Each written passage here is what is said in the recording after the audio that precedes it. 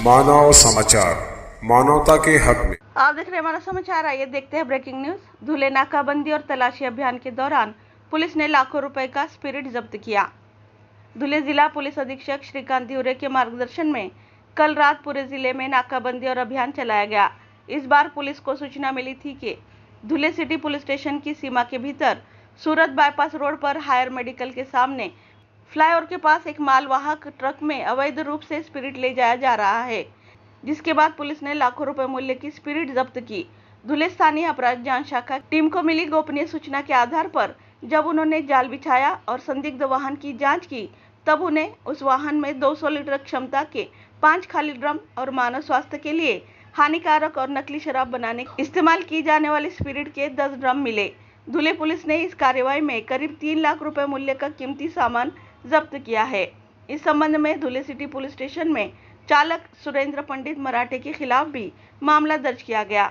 More updates के लिए देखते रहें मानव समाचार, हमेशा सच के साथ। धुळे जिल्ह्यामध्ये माननीय आयजी सर श्री दत्तात्रय कराळे व पोलीस अधीक्षक श्री श्रीकांतजी ध्युरे सरांच्या आदेशान्वये नाकाबंदी व कोम्बिंग ऑपरेशन राबवण्यात आलेले होते।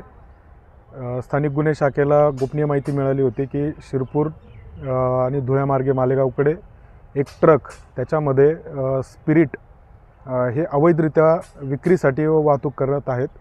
त्याप्रमाणे आपण त्या ठिकाणी नाकाबंदी लावून एक संशयित ट्रक त्या ठिकाणून जात असताना त्याचा पाठलाग केला व सुरत बायपासजवळ हिरे मेडिकल कॉलेजजवळ त्याला थांबवले। त्यातील चालकाला त्याचे नावगाव विचारले असता त्याने उडवाउडीची उत्तरं दिली सुरुवातीला आणि ट्रकमध्ये काय माल आहे याची तो माहिती देत नव्हता।